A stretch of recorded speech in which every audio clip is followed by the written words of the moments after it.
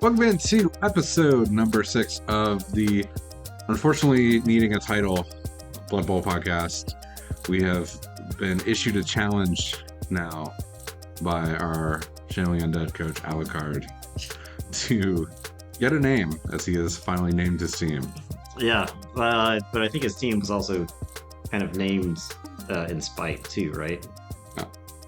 So then we have to name in spite. I guess other names have been thrown around, like the Chase is Great podcast. I can't figure out who suggested that one.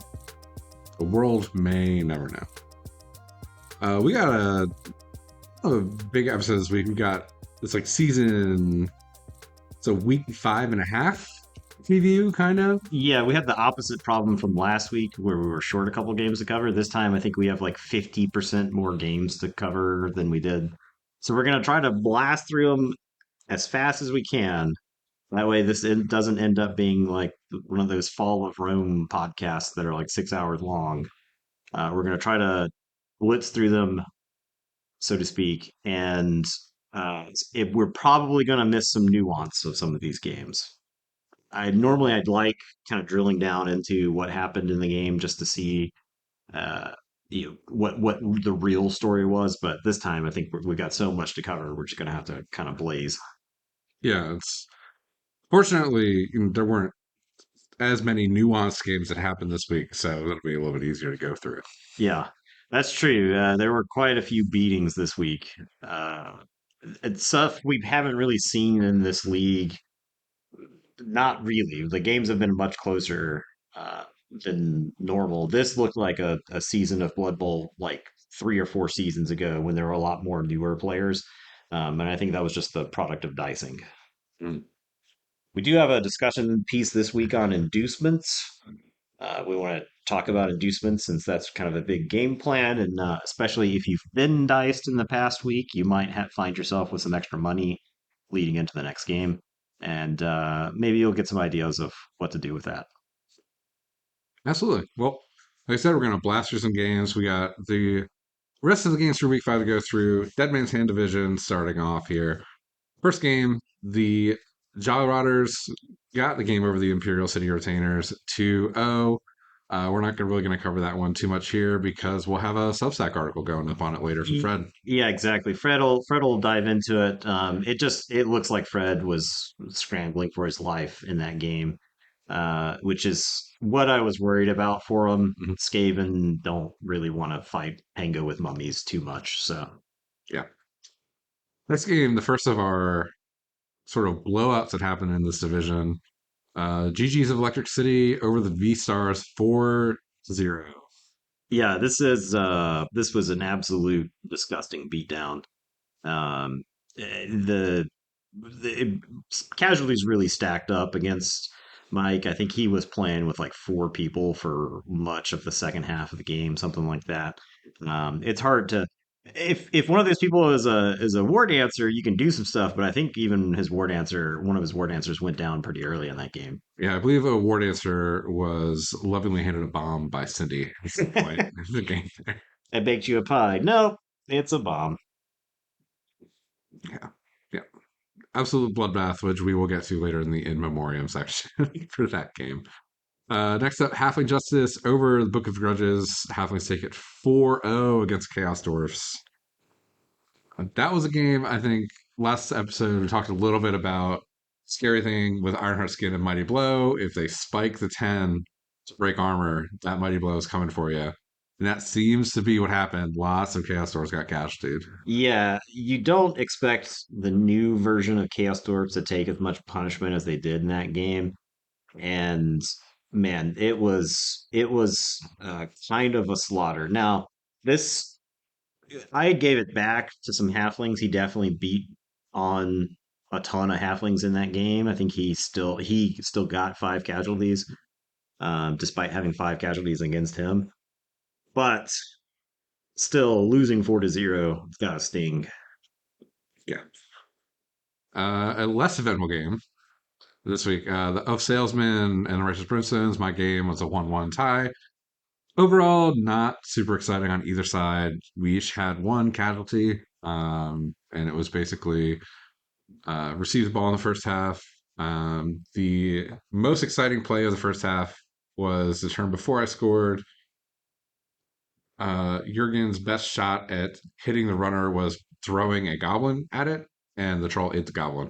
So that was the most exciting part.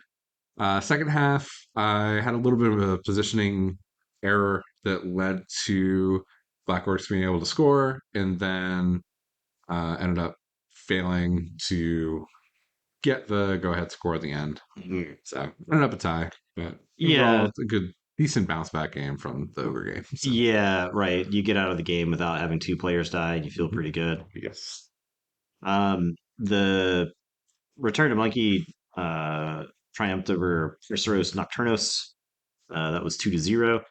I got a brief recap from Maria right before we recorded this, a little bit earlier in the day, and uh, the Sean just called in the Air Force on her. Right, double bombers and a wizard. It's Spanish Civil War right there. One side's got artillery, and the other one is stuck in buildings, and so it's just straight up strafing runs, and the elves are diving for cover. I think in the first half she said that an ogre ended up with the ball, Mhm. and she doesn't. I don't think she has any strip ball at this point, so there's not a really good way for elves to take the ball from an ogre. And then in the second half, the both bomber and the wizard kind of knocked open her cage. I think the wizard apparently blasted three people or something, maybe four people, stunned two of them, and at that point, it's hard for you to protect the ball if your cage goes down. So, yep, Yeah. Yeah. Last game for this division this week, the Rotten Peaches 4-0, third 4-0 of the week over Teal Terror. Amazon's taking it to the Dark Elves. yeah, this one's. I'll take the blame for this one. Barbie and I had gotten dinner right before the game played, and I had made the offhanded comment looking at the record for the season. At the time, I was like, "Wow, you've only taken one casualty through four games." Smash cut to 2 hours later, and she's got like three or four injuries in the game against her. And John apparently rolled two blitzes in the game. Like one blitz is enough to be game breaking. Two is just twisting the knife sometimes. So Absolutely. As someone who's had three blitzes against them in a game, it's that's two. pretty. Two is already bad enough. Yeah. But all right, we've got Snake Eyes Division now. Gnarly Oaks over the Electric City Maulers, 3-1. Seems to be a good bounce back for Sean. Yeah, and this is what I was like talking about how Sean, like if he's coming off a loss, he's coming into that game pretty, pretty motivated to win. And it looks like he just had, I think he was up 3-0 at one point in the game. Mhm. And that's just a ton of offensive power. I think the human catcher, the ECM doesn't really like if you got big guys, you don't want to see 8 speed blodgers from the opponent. I mean, it doesn't matter if they're two strength. It's just you don't have a good answer for them. And if you can provide some cover, then guess what? Like you can just put the ball into that catcher's hands and he's going to score. Yep. Zero Luck Shucks against the ROUS we covered last week, but just to recap, that was a 0-3 loss given over the Dark Elves. Up next, Bad Moon Rising dodges us a 1-0 win for the Uh, Parental Corner. yeah, I think this was the most nothing ever happens game of this week. Yeah. I think there was a single casualty or something in that game. Mhm. And the only touchdown came on turn 16. So Yeah. there was probably a lot of Blood Bowl played in that game. It just didn't result in anything permanent. Yeah. So who knows? We will never know. They Yeah, will know. They'll keep that in the yeah. forever. But until we have them on, I guess, we won't know. Next, we got Great Tree Good Boys. Losing to Plague of Gods. Tomb King taking it 2-1. Uh, Another very bloody game. Was three casualties for the Gnomes against four for Tomb King, so seven total casualties in that game. It's a beating. Yeah, I think The problem with the gnome teams is that I actually think they might be slightly more fragile than halflings, even. Because I think dodge is better at keeping you alive in the early to mid stages of the league, like we have right now. And wrestle is a very good skill, but if you're playing against people who don't have block, then wrestle is unlikely to really help you, Mm. and it's not helping you stay alive. And so I think also Ness took Ivan, and Ivan's got Juggernaut. Juggernaut's really good against Wrestle, so I'm sure Ivan was probably a hassle in that game. He's also got Tackle. Ivan can hurt everybody on the team that isn't a tree man. Mhm. And at that point, you got mummies to keep the tree men kind of locked in place. So, Yeah, I believe Ivan took a fox out pretty early in the game, which yeah. really just it cuts the scoring power of that team in half, essentially. Oh, yeah. So next up, we got the Blood Moon Gang playing against T. Well, no, now No, yeah. The it's no team longer simply known TBD. as No. Yeah, no FKA TBD. Yeah. Uh, uh, Showing they're getting a 1-0 win there. I was hoping for some Goblin Mayhem. There was a lot that happened in the game if you look at the box score. Lots of fouls and sent offs and stuff, but Nothing resulting in permanent damage. yeah. Yeah. Yeah. Not much to say about this one, I think, other than this is shambling doing shambling things. Mhm. Shambling is particularly good. If your opponent's primary goal is to attempt to murder you, Undead is really a good team. You're Mhm. already dead, Sure. right? So you Yeah, you can walk off about half of the destruction they try to inflict on you. sure. Last one in this division was your game against the Lizardmen. So Yeah, no this one left on one, that. this one's kind of been the exception of the lawn game. A lot of my wins at this point have been games where I have had to fight for the touchdowns. I was actually down 1-0 at the half.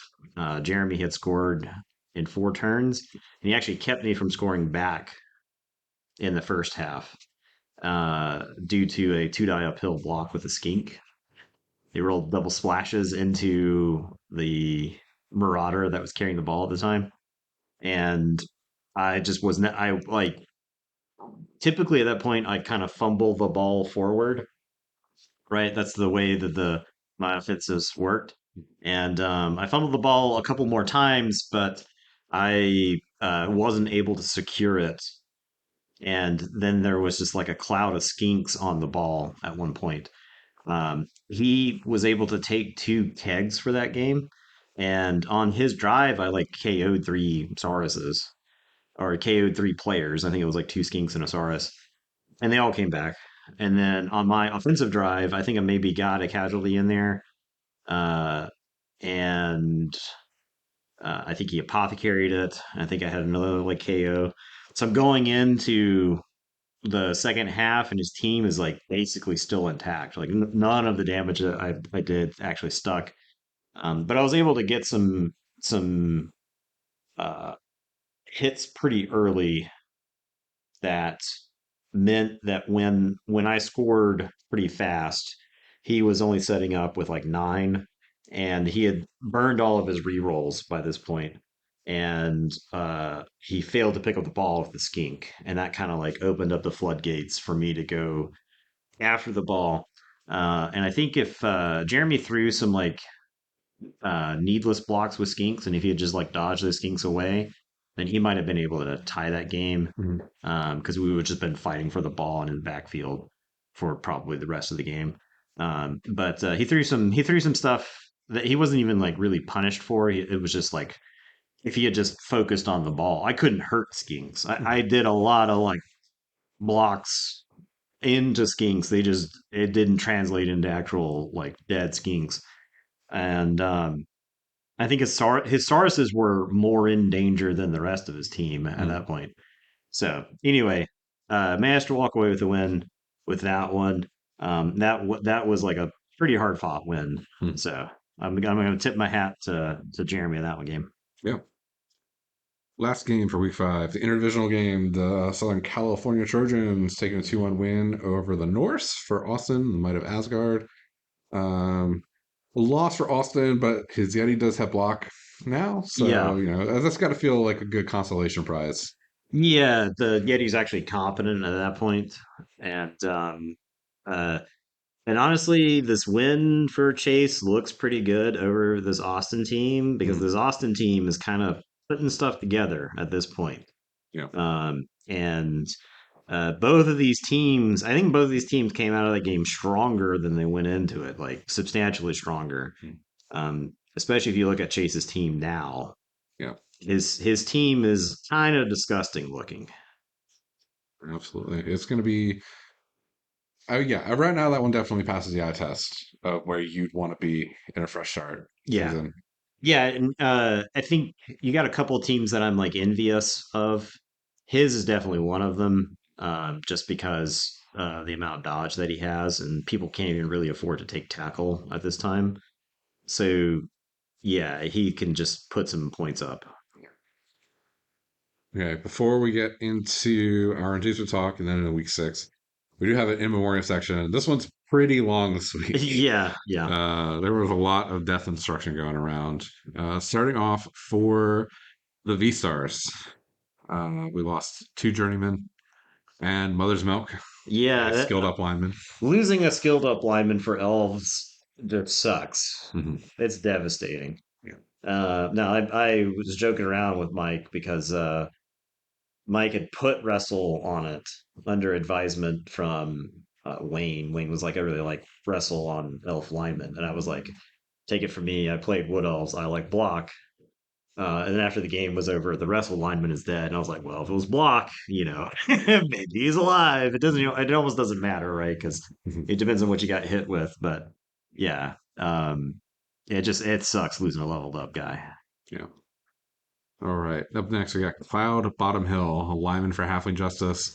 We expect to see halflings on here every once in a while. Yeah, right.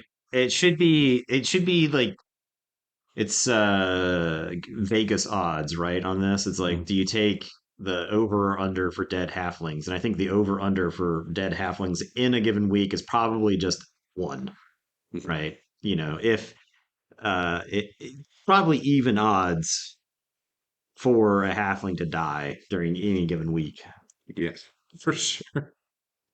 On the topic of Stunty's dead, we also, of course, as mentioned, the Goblin lineman for Up Salesman, Duplantier, is no longer with us now in the belly of the troll. But yep, that's the hazards of being thrown by a troll. Sometimes the troll eats you. Yeah. It feels really bad when you succeed on your really stupid tests and then fail the But always nice, hungry, but yeah. always hungry into getting eaten. And I believe the Black Orc Troll is even trained. I think its loner is even a 3 plus. Yeah. But I don't know how many rerolls that you can afford on Black Orcs because you do actually want to keep your team value kind of low so you can Mhm. take advantage of some inducements. But Yeah, yeah, yeah, I believe it was like turn 7 or 8. I think we were both out of rerolls at yeah, that point, so it's like right, right. doesn't Depending on matter. when it Yeah, happens, you could just be out of reroll. So. yeah. Electric City Maulers saying farewell to Michael Snores, another skilled up lineman.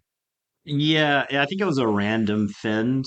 And so I think if we actually go back and look at linemen who have random fend, I'm willing to bet that the mortality rate is shockingly high. And that's probably because people see fend and think, I'm just going to mark somebody with this. And then that means that lineman is getting hit more than regular linemen. Yeah. Also saying farewell this week to Vizzini, lineman for ROUS. Uh, Seems fairly flavorful. Yeah, I think there's also over under for dead Skaven linemen as well, and you probably start that at one. We had a journeyman for the Might of Asgard. We're mentioning the journeyman here because they deserve some respect. They do. And especially once they've departed like that. They show up for one game. get brutally murdered, and nothing else to show for it. So we want to Yep. mention him here. They're trying to make the squad. Oftentimes, the only thing they have to show for that is some sort of debilitating injury. And finally, our last player to memorialize this week, Metal Slime, Gnome lineman for the Great Tree Good Boys. Yep, gnomes are disposable. Gnome linemen, at least, I'd say. They're pretty disposable. A, a very moving eulogy for Nathan for that gnome. And that's going to wrap up our week 6. Shall we dive into inducement talk? Yeah, let's take a quick kind of like survey of what you want your inducements to do, right? Um, one thing that inducements can do for you is they can fill a gap in your team. This is pretty common if you had a player miss a game. So you have a thrower miss a game. If you're playing elves, you've got somebody like Glorial Summerbloom, who is actually a very competent thrower, very cheap considered like compared to a lot of the other elf players. So that can fill like a nice gap on your team that you may not have. Um, Sometimes from inducements, you need something to take damage for your team, right? This is where something like Mighty Zug is pretty good. 5 strength, 10 armor, block. Uh, you can just put them on the line, and it's not a player on your roster. It's somebody who can just get hit a bunch, and you're fine with that, right? And then the final kind of thing that I think inducements can do is uh, give you something that can actually win the game for you, right? This is your Griff, this is your Morgenthorg. These are the players that just warp the game around them against some teams. Some of the bombers is another way to warp the game around you. It's a way to get blitzes that you're not going to get right. And so that's kind of how I think of inducements. Like I'm asking questions, what do I need from my inducements to help me going into this upcoming game? Yep. So when it comes to like most of that was like referencing star players, which are definitely a huge part of the league. We've seen tons of them taken, lots of bombers. Obviously, we've got the halfling teams. Whole plan is playing that inducement game. Um, the Tomb Kings also. That's been one of their big things, leaving spots for that. How do you feel about the non-player inducements and kind of how those? We've seen a lot of Eileen taken this season. Yeah, so I think as far as value that is brought to the game, I think there are several inducements that aren't star players that are just crazy good value. The first one that has to be mentioned is Bloodwiser kegs. Now, obviously, there are teams where kegs are less good. Dwarf teams, for instance, any team that's got a significant amount of, like, say, thick skull, your players are just less likely to be KO'd. But if you're a stunty player, if you're an elf, if you're playing against teams that are going to beat you up, then you get a lot of value from Bloodwiser kegs. I think that was demonstrated in the game I played against Jeremy. I KO'd 6 players in that game, and all of them came back in on the next drive, right? And I've played a lot of games where I've had players that are just trapped in the KO box, wishing that they were back in the game because they could make a difference. You have like a werewolf get KO'd, you have a war dancer get KO'd, and I wish this guy was back in the game. Yeah. Um, Obviously, this season, fresh starts. Starting out, a lot of the teams there was not very much differentiation in team values. As the seasons progress, some players have expanded their rosters, some have gotten more skills than others. Now we're starting to see the inducements show up more often with like higher disparities in team value. Does your plan for inducing something change when it comes to a league setting over the course of a season? Like different stages of the season have like you're looking for different things. Yeah, that's I mean that's a fair way to phrase it. And another inducement that I think is valuable is a wandering apothecary, right?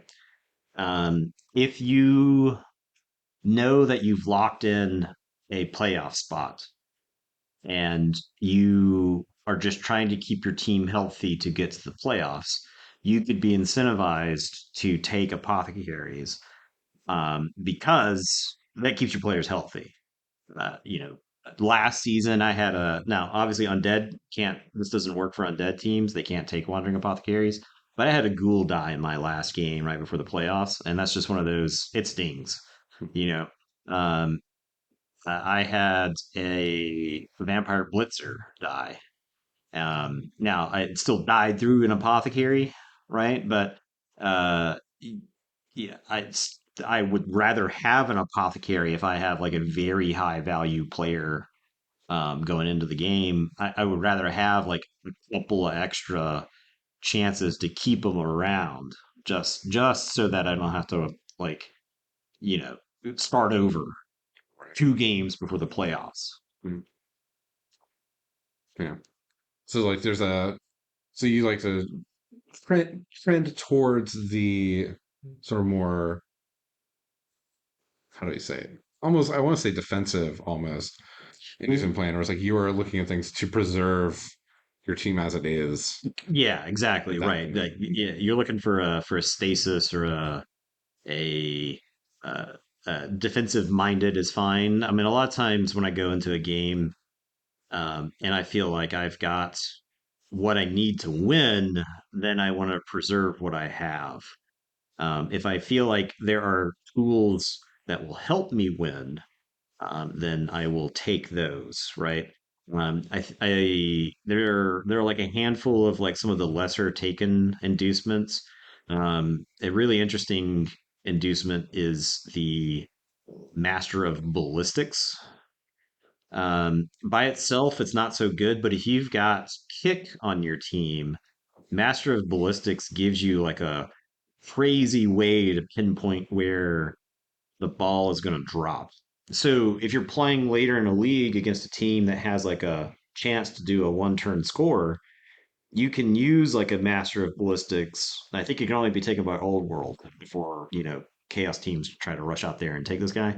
But you can kind of pinpoint the ball in their backfield opposite side from their one-turn scorer, and you subtract that many percentage points from their chance of doing the one-turn score, right? Another really deep inducement is the Dwarfen Runesmith for 50K, and it has like a 50% chance to work on a given drive, but you actually get to, if it does work, you get to pick from like 6 different skill packages to give somebody.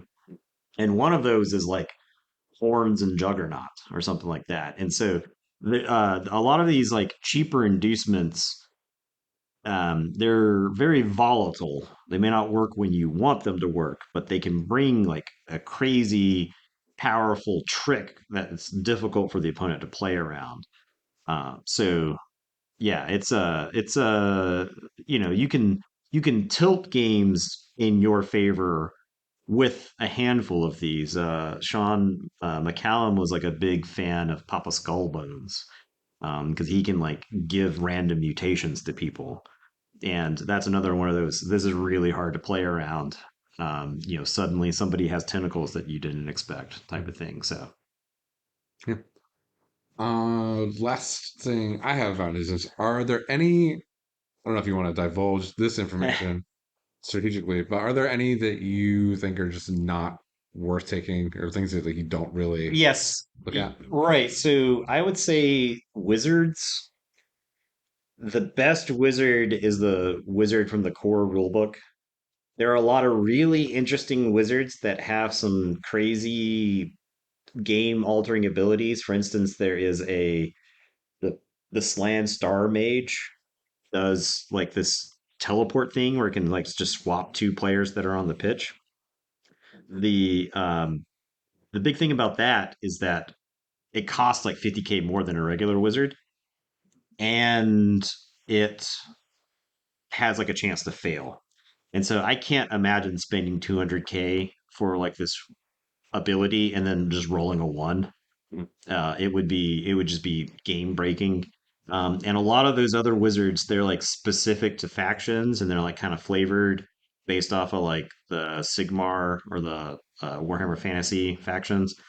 A lot of those have chances to fail. And I know the regular wizard has a chance to fail too. But they all have chances to fail with like less upside. And so they just don't really make a whole lot of sense to me. I think you're better off sticking with like the regular from the rulebook wizard. Yeah, I will say personally, I'm also not the biggest fan of wizards. I think I've taken one and didn't really do all that much. It's the same sort of thing for me. That's kind of that hesitation is the idea is like it failing. Like I've taken the runesmith before, and I think I've taken it in two games. One game I got to it was like sure feet and sprint, Yeah, something like that yeah. on a runner, which was excellent. And the next game, I rolled a one on the first roll, but losing out on like a 50K inducement does not feel nearly as bad as a majority of your inducement money you're getting just Yeah, disappearing without any effect. right. And I do think the fireball for the wizard is the best part. And honestly, the threat of the wizard is what impacts the opponents. And that is where the value of the wizard can be drawn from is your opponent, like, do you really want to group into a cage? Right. That right there is where the wizard derives a lot of its power. It changes the way the opponent plays. So Yeah. one inducement combo I did want to shout out that people may not be aware of is Think the Fixer and Biased Ref. Um, so Biased Ref is really good if your opponent is planning on fouling you anyway. It gives you a chance to catch people who don't normally get caught. But Biased Ref also has the upside of if you are arguing for the call, it gives you a +1 to the roll. Think the Fixer gives you the ability when you are arguing the call to succeed on a 5 or a 6. So if you have both of these inducements, and it ends up being pretty expensive, but if you have both of these inducements, you argue the call on a 4, 5, or 6 to keep your guy in the game, which is extremely powerful. And if you are one of those bribery and corruption teams, you get a once per game reroll on argue the call baked into the rules as well. And so this is like a 75% chance to keep a guy in the game that could have been kicked out. I played against this combo in the stunty tournament that we had last year, the Wii Warriors that David Beatty ran, and um, fortunately I was not in a place to get fouled a whole bunch in that game, but yeah, this is like a really easy way to keep your players in the game. I think Snotlings are usually the team that can assemble this combo the easiest. So Sounds like a deadly combination. yeah, Gosh.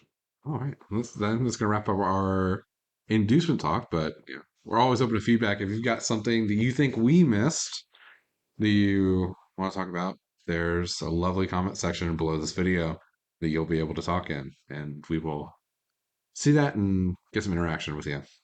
Talk some more about it. Or we'll talk in the Discord too. yeah, That brings us to our week 6 preview in quotation marks because we've already got about a third of the games done. Uh, and we can talk about those a little bit, especially since I was one of the games that got finished. Dead Man's Hand, week 6. We've got what I'm saying is the game of the week here: Return to Monkey and the Rotten I Peaches. I completely agree with that assessment. This is you got like the Cerberus guarding first place in that division, and that's currently Halfling Justice, Return to Monkey, and the Rotten Peaches. And so this is two of those heads fighting basically at this point. Um, and so whoever wins this game is in really good shape to end in first place. And once both of these also take on Halfling Justice, will have the final breakdown of like first, second, and third. Now, there's still a lot of Blood Bowl to be played. And so I'm not saying that these three are a lock for one, two, and three. But the way the division is shaping up, one of these people are going to be in first place. So this game, I think, has a ton of implications. Absolutely. Looking at development, one of the most developed teams in the league so far. We talked a little bit about Chase's team earlier. Another team that I'm kind of jealous of is the Rotten Peaches. They've got a lot of bloggers on their Yeah, roster, they sure do. so Yeah, that'll be interesting to see how yeah, others will deal with that. yeah. I do. This is where that inducement talk kind of steps in, right? The ogres are going to get some inducements, but is it enough to overcome six blodgers plus everybody else having dodge?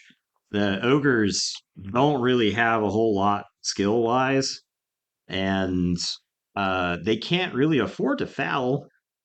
Like Noblars on paper seem like they are really good at fouling, but ogres don't have swarming the way snotlings do, and so losing even a single Noblar starts opening up lanes. Plus, Noblars don't punish tackle zones, and so you can have Amazons dodge into a Noblar cage. Like if you just make a cage out of Noblars, the Amazon could just 3-up dodge into the middle of the cage and then splatter the Noblar that's holding the ball. So yeah, I mean, on paper, I think Rotten Peaches have the advantage. Uh, but ogres are a team that can just assemble some dice rolls and then take three people off the pitch. So Yeah. Next game up, we've got Parceros Nocturnos and Up Salesman. Both these teams looking for some wins. yes, yeah. I was going to mention there's actually another game that's coming up uh, that it's the um, same kind of situation for both teams. You've got the retainers versus the GGs of Electric City. And I would compare both of these games. Both of these games are people with very similar records. This is the part of the season that you go back and you reflect on. And you're like, I needed this win. This is the win that mattered, right? Because these head to head can be the head to head is the first tiebreaker for people not aware of the way that the standings break down. Head to head is the first tiebreaker for final standings in the division. And so if you have the same number of points as someone else, but you won that game, you have the slot right above them. And so all of these teams, none of these teams are out of the playoff race. And that's the one thing I want to mention about both divisions right now is that you may have some like winless teams, but the people who are ahead of the winless teams aren't comfortable. They don't have enough of a lead on those teams where rattling off like 4 or 5 wins in a row doesn't put that winless team right back into playoff contention or even like leapfrogging a bunch of people. So yeah, I think those two games, the winners of those games breathe a little bit easier, and the losers of those teams have to start sweating. The next thing, this is a recap one. So Book of Grudges and Righteous Brimstone. Castors got it 2-1. Started out.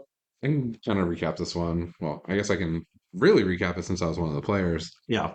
But the first half, I'd elected to kick off to me, which I was fairly happy with. Um, in the scope of the season, this was kind of where I wanted this game to happen in terms of it coming off playing ogres and black orcs. This team was like the third team that I was most afraid of as far as in terms of strength differential with the two bull centaurs and the minotaur, and bull centaurs especially being annoying, They're being faster than so you, fast. they're faster than your team. They're stronger than your team. Yeah, hard to time down. It was going to be a pain. One of them was missing thanks to halfling justice being doled out on it. And so I was feeling if this game had to happen, which it had to happen, we're in the same division. I was happy it happened this week. Receiving the ball, my first half went pretty much how I would want it to go. Um, did have one of the runners get knocked out. Um, my well, not star, but my runner with skills did get casualtied, apothecaried, into coming back into reserves. So my turn 8 score had to be a pickoff of the blitzer, hand off to another blitzer to then rush twice in the end zone, um, which is good. You gotta love it when a plan comes together. Yeah, yeah. It was like that was kind of the setup. Like the turn before, I had to move the blitzer out, and like I'm gonna plan for this going right. Yeah, I know people complain about playing against dwarves, but dwarves are not an easy team to play, especially during a whole season. It's been a while since I've played dwarves, but the thing about playing dwarves is that it's not enough to plan your turn and what the opponent is going to do. You have to plan your next turn Mm. because you're so limited on movement. Yeah, especially scoring, you have to know this is the way I'm going to score. And more importantly, this would be my backup plan if that fails. And if I can make a third plan, that will also be wise. But that was the kind of the way it was with uh, necromantic undead. Mhm. There's only so many people on the team that are competent at moving the ball. You really got to plan ahead how you're going to score.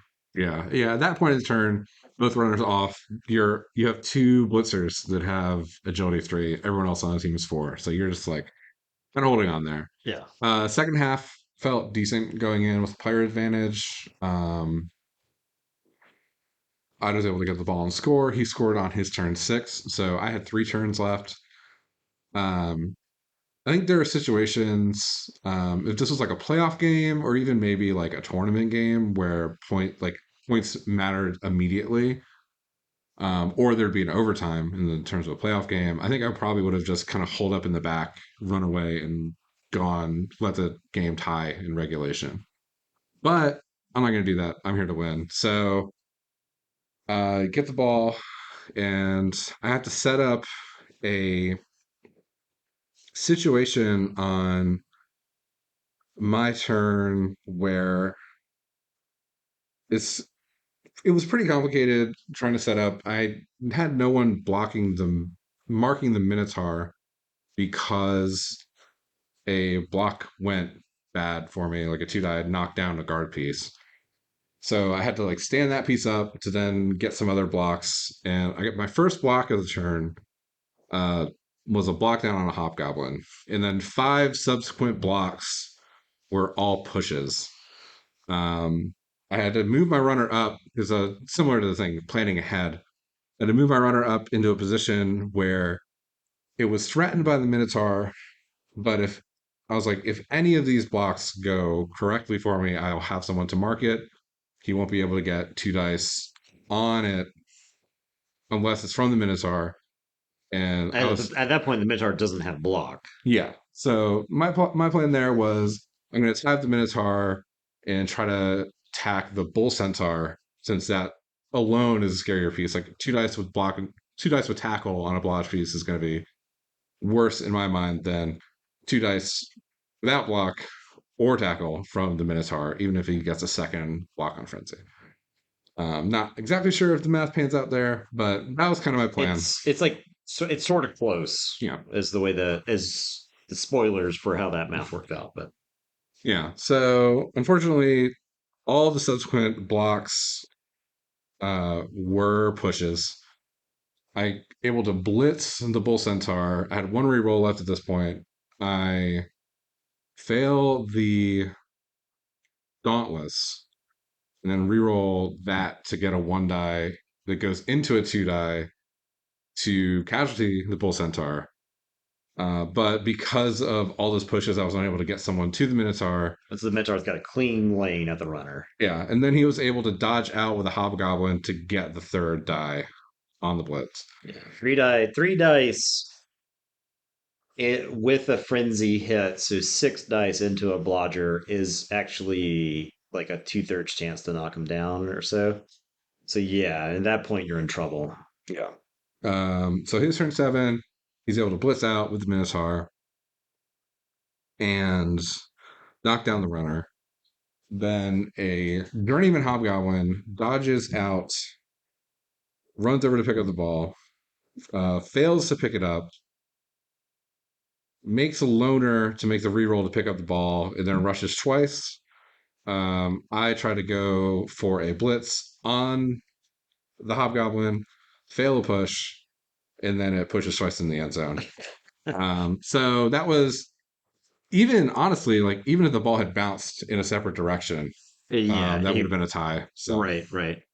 Yeah, that one's a lot of stuff going right at the very end there to win. But I agree with you to play for the win during the regular season, because we talked about this example before the podcast, but I'll use it here. If you've got a 3 game stretch and you win one and you lose two, you've got 3 points. But if you've got a 3 game stretch and you've got two draws and a loss, you've got 2 points, right? So you're better off with wins because you get more points for that ultimately than draws. So different situation for tournament or playoff implications for sure, but being able to, you really want those wins during a league.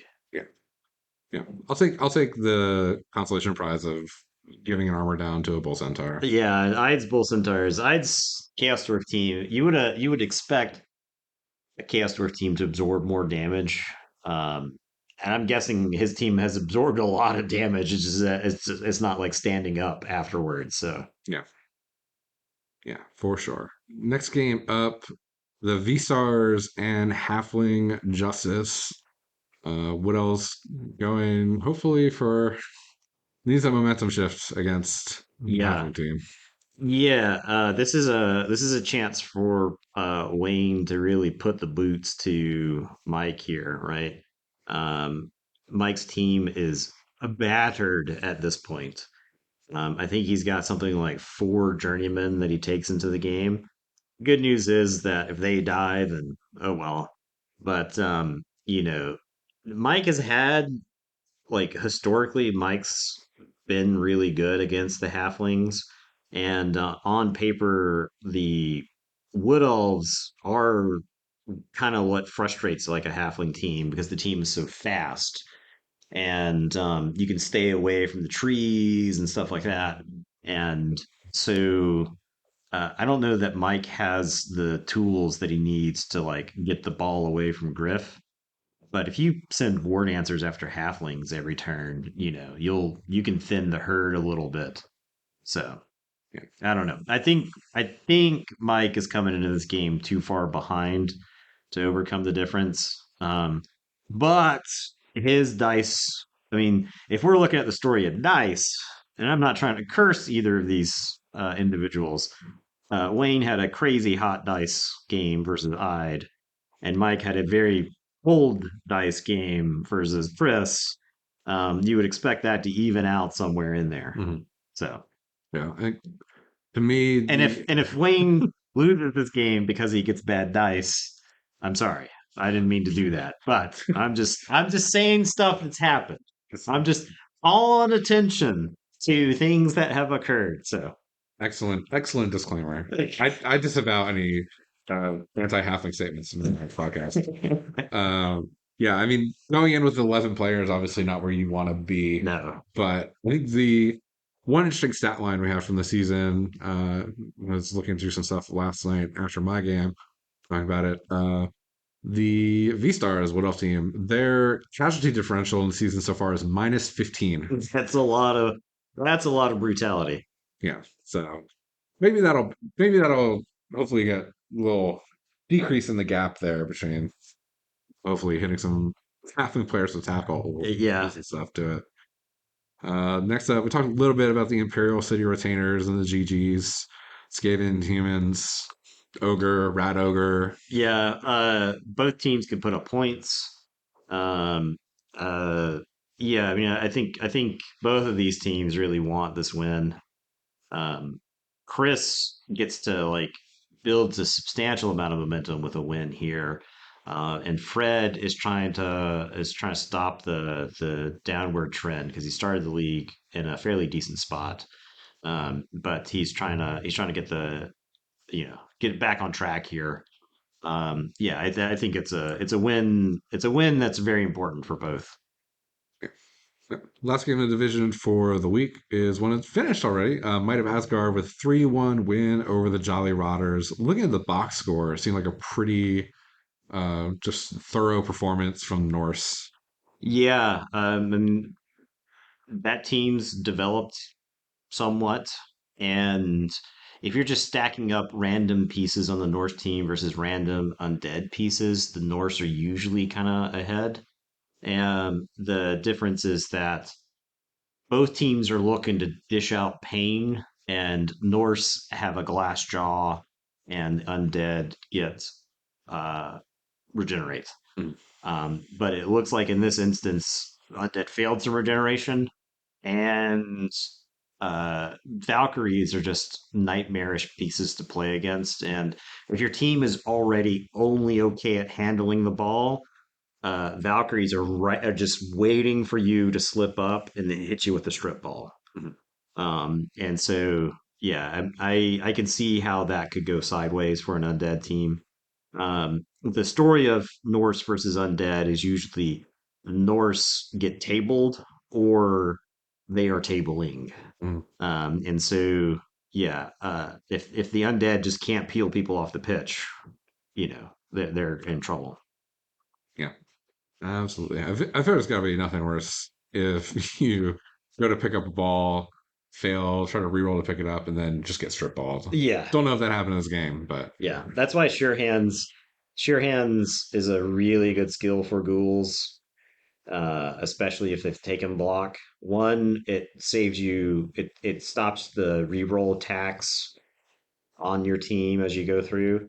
The league, it'll save you a ton of rerolls. Even if you fail the sure hands pickup, you at least didn't spend a team reroll on it. yeah. And then it also saves you from versus strip ball. All right, moving over to Snake Eyes division. First game up is Slaughterhouse 11 versus the Blood Moon Gang. The How you Blood Moon feeling? Gang. How you feeling about the Goblin matchup? I I've been here before playing as a Goblin team and thinking they don't have a good record. And then I spend the whole game running for my life from the Goblin Dirty Tricks. There's chainsaw. I don't particularly want a chainsaw taken into my blood spawn. Um, I think you might be missing a troll for the game. I'm not entirely sure, but you don't really want your pieces getting hit with Mighty Blow. I'm probably going to buy an apothecary before the game, and I think he's getting like 300 or more in inducements. So he could end up taking. I know Warren's liked Varag in the past. He's also been taking Skitter quite a bit. So I'm expecting to play against a star player plus some stuff. So I'm confident I can win the game, but whether I want to win the game after it was done, depending on how much damage I take, is a big question there. So Hmm. All right, up next we got the No versus Plague of Gods, a 2-0 win for the Shambling Undead. The team yeah. with the mummies against the Tomb Kings, uh, taking it. Yeah, a Shambling's just like a solid all around team, right? And so you've got a little bit better chance of moving the ball with Shambling. And so I don't think that surprises me necessarily that the Shambling came out on top. Mummies, especially mummies that don't have Mighty Blow on the Tomb Kings, don't really want to get tied up with zombies. And so I think you could just end up with like a point disparity in the game, right? My 40k zombie ties up your 110k Tomb Guardian. And then that happens 3 or 4 times. And my mummies are blasting through skeletons, or mummy into the star player is even fine. So yeah, I don't love that matchup for the Tomb Kings, and so I don't think it's a surprise that Shambling won that. Yeah, definitely a big differential as far as casualties too. Shambling, they got 3.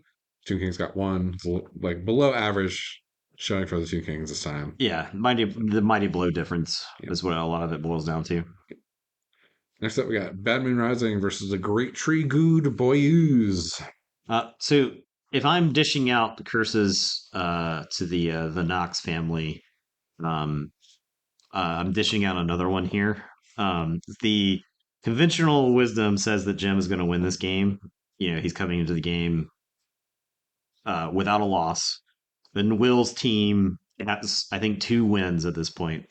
But one of the last times they played, um, Jim was playing an undefeated Underworld team that went on to win the league, and he was playing against Will's Goblin team that finished like ninth in the division. And Will won that game with goblins versus Underworld. And at the time, that was pre-swarming nerf to Underworld. So this was full strength Underworld. And Will won that game on the back of dirty tricks from goblins. So I would not count Will out of this game at all. Um, and not to try to curse Jim. And when I talk to you later on, Jim, this wasn't trying to curse you, but this is something I wanted to point out because I think this is really funny in this scenario. So Once again, disavowing any cursing happening on the other side of this button. Next, we got Shots, and I guess appropriate name for this game, Dodge This. Can the Dark Elves dodge this? can they recover? The thing is, I think the Zero Luck Chucks are down both of their Witch Elves. I believe the game they played, both Witch Elves, one Witch Elf got a Strength down, and that's a firing, and the other Witch Elf got an Agility down, and that's a firing, right? So I don't know if he's got enough money to buy Witch Elves before that game, but I don't want to divulge his secret plans, but he had an idea. He was eyeing a specific inducement for this game, and we'll see if that pans out next week, though. Boy, I can't wait to hear what the secret is. Yeah. Up next, we got another completed game, last completed game of this week. Finally, would appreciate y'all waiting for us to be able to record these things in the Yeah. future, but I understand how scheduling works. Well, we'll have like no games to cover next week. That'll be Yeah, so funny. yeah, we'll get plenty of rambling time. Yeah. Then we'll That's good. figure. That's what I excel at. Yeah. All right. ROUS versus Gnarly Oaks. It was a 2-1 win for Gnarly Oaks. Sean continuing the bounce back and leaving the Skaven in kind of a tough position. If you look at the standings for Snake Eyes, there is this group of players with 6 points at the bottom there that are all going to be scrapping for Yeah. those last couple of playoff spots. Yeah, this is it's kind of similar to that same place. There's still plenty of time in the league for stuff here to change, right? You don't know when somebody's going to get hot and go on like a 3 game win streak. You don't know when your dice are going to get cold for an extended period of time, and you could end up, in one of those lost draw loss things, and suddenly 3 or 4 people below you leapfrog you. But yeah, I mean, I'm glad I got Gnarly Oaks earlier in the season. I'll say that. Just because his team is getting put together in kind of a disgusting fashion since then. Uh, yeah, I would hate to go into a game with him like now. So And last game for this division. Well, I'm saying this is my call for game of the week for Snake Eyes. Electric City Maulers and some California Trojans. Um, yeah. Maulers started off really strong start to the season. Sean put an end to that momentum. Chase started out slow and has been building momentum. right, So is this a point where we're going to see these players kind of pass each other yeah, in the standings? be yeah. This is one of those. Chase's team is, like I mentioned it already in this episode. It's looking pretty good. It's looking like an elf team that's healthy. It's looking like an elf team that's gotten plenty of skills, and he's going to give up some inducements. The thing with elf teams is that it almost doesn't matter what your opponent takes. Sometimes your team is just too good on paper once you have skills on all your players. And yeah, I mean, Henderson's coming into this elf fight with one elf, right? And Chase has like 11. So yeah, I mean, I think Chase has got like an advantage on paper in this, and I'm not sure that the big guys are enough to really pulverize enough elves fast enough. Yeah. Looking at the Maulers roster, we got a troll that can take block now. And that'll cut down on the inducements. Yeah, Ogre and Minotaur are still far away. Ogre's almost 8 SPP, so getting there. And yeah, you got the blodging Dark Elf, but Chase has tackle, so Yeah, that could, and Chase has got blodgers too, yeah, and his blodgers have sidestep. that's a game gonna watch definitely. See how that one turns out. And our interdivisional game, we got a couple players who have been having pretty cold seasons. Teal Terror and the Slee Stacks. Each team looking for their first win. Yeah, Your prediction? Will there be a win? Or do you think it's gonna it be a could draw? easily be a draw. It could be like a 1-1 draw, right? Mm, And I think both teams would be happy with that, right? Because you walk away from that and you're like, I didn't lose every game, yeah. right? But yeah, the classic Lizardman versus Elf matchup is annoying to play on the Elf side if you don't have tackle because you really want to kill skinks. That's how the Lizardmen are gonna win, and you just can't hurt the Sauruses. It's just Mhm. they're the strength and the armor that they have, and they're fast. So you can't even just like outrun the Sauruses. It's not like mummies on Shambling. But if you can peel some skinks, you'll feel a lot better about the game. I think it depends on who gets the ball first and who does damage. It's interesting. Like looking at the roster here, there is looks like there's gonna be a little bit of a skill differential as far as Dark Elves. The Dark Elves team, Teal Terror, not having a ton of SPP The, accrued through the the first the game. team's So been healthy, but it also hasn't like I think there's only been a handful of touchdowns, and hasn't really dished out a whole lot in the way of casualties yeah, either.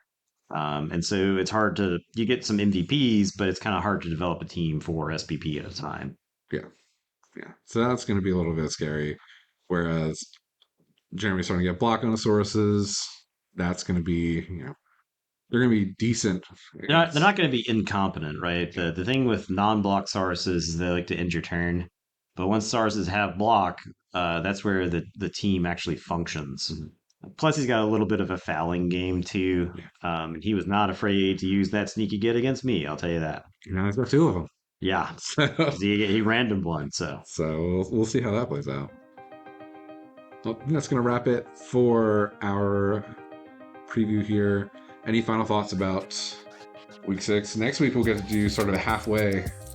yeah, I mean, we alluded to the playoff picture. It's kind of like still way too early.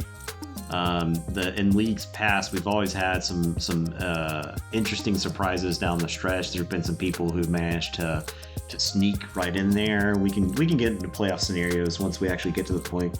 Right now, there's way too many variables, but you can kind of look at the standings and see how they kind of might shake out. So Yeah, definitely gonna be interesting. I unfortunately, now that I've played my game, I have to sit here for an entire week, watch other people play, I guess, which was fun. Like I watched a couple of games on Friday, saw some insight. So yeah, there were a lot of Bull Bull played this past Friday. That's always fun. Like when there's a lot of games going on, and you're like, if you're focused on your game, but you get like a status report from another game, you're like, wow, that's crazy, but I can't even like really process that right now. Like I'm fighting for my life over here.